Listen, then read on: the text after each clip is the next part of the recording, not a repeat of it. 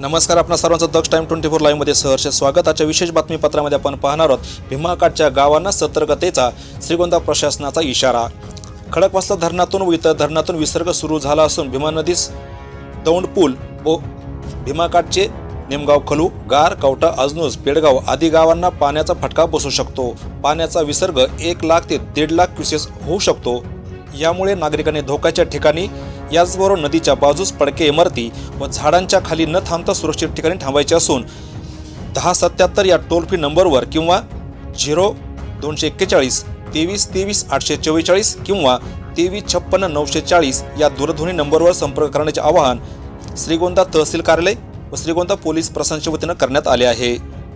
प्रत्येक गावातील सरपंच व पोलीस पाटील यांना याबाबतच्या सर्व सूचना दिल्याचं पोलीस प्रशासनाने म्हटलं आहे। दक्ष टाइम 24 लाईव्ह श्रीगोंदा।